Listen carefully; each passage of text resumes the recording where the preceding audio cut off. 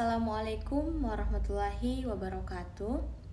Perkenalkan, nama saya Nurul Atifa Mawada dengan NIM 105401131525. Baik, pada kesempatan kali ini saya akan membahas mengenai penerapan teori belajar humanisme dalam pembelajaran di sekolah dasar. Adapun materi pertama yaitu pengertian teori belajar humanisme.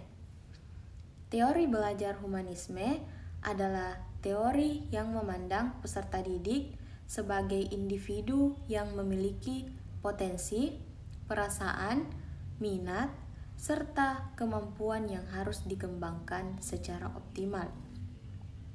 Pembelajaran tidak hanya berfokus pada hasil akademik, tetapi juga pada perkembangan kepribadian, sikap, nilai, kreativitas, dan kemampuan peserta didik untuk mengembangkan dirinya. Tujuan utama teori ini adalah membantu peserta didik mencapai aktualisasi diri sehingga mereka mampu menjadi pribadi yang mandiri, bertanggung jawab, percaya diri, dan memiliki karakter yang baik.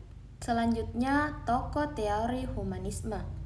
Beberapa tokoh yang mengembangkan teori humanisme antara lain yang pertama Abraham Maslow, yang kedua Charles Rogers, yang ketiga Arthur Chomsky. Maslow terkenal dengan teori hierarki kebutuhan, sedangkan Charles Rogers menekankan pembelajaran yang berpusat pada peserta didik atau student-centered learning.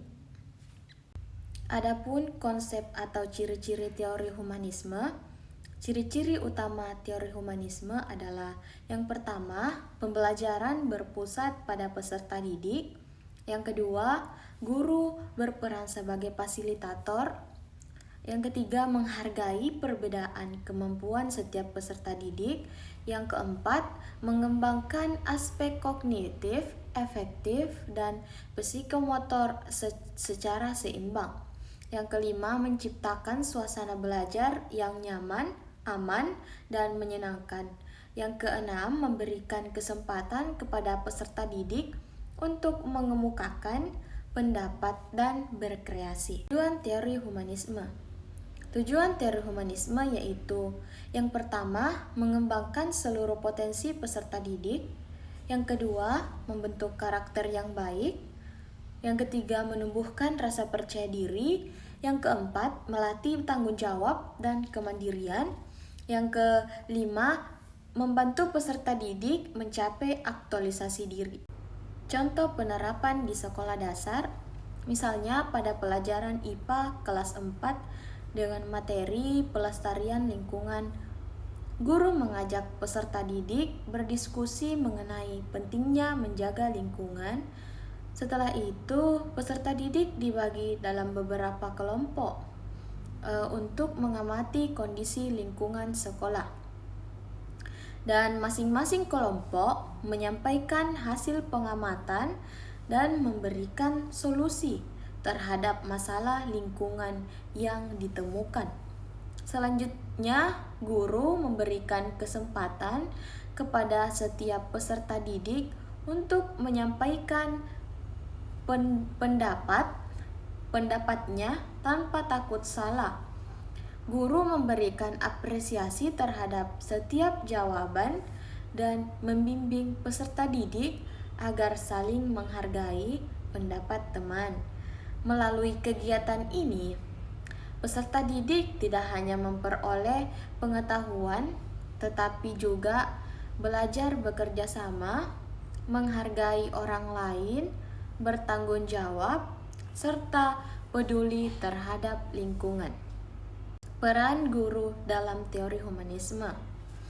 Guru berperan sebagai fasilitator pembelajaran, motivator yang membutuhkan semangat peserta didik, pembimbing yang membantu peserta didik mengembangkan potensinya, dan pencipta suasana belajar yang nyaman dan menyenangkan, pemberi penghargaan terhadap setiap usaha peserta didik. Manfaat atau implikasi bagi pembelajaran SD penerapan teori humanisme memiliki berbagai manfaat, antara lain meningkatkan motivasi belajar, membentuk karakter positif, menumbuhkan rasa percaya diri, mengembangkan kreativitas peserta didik, meningkatkan kemampuan bekerja sama, menciptakan pembelajaran yang aktif, menyenangkan, dan bermakna. Selanjutnya, kesimpulan. Berdasarkan pembahasan tersebut, dapat disimpulkan bahwa teori belajar humanisme menekankan pentingnya pengembangan seluruh potensi peserta didik, baik dari aspek pengetahuan, sikap, maupun keterampilan. Guru berperan sebagai fasilitator yang membantu peserta didik belajar sesuai dengan kebutuhan dan kemampuannya.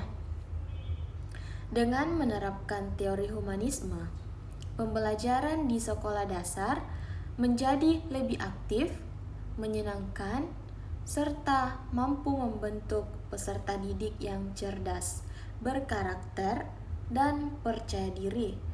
Baik, cukup sekian presentasi dari saya. Terima kasih atas perhatiannya. Wassalamualaikum warahmatullahi wabarakatuh.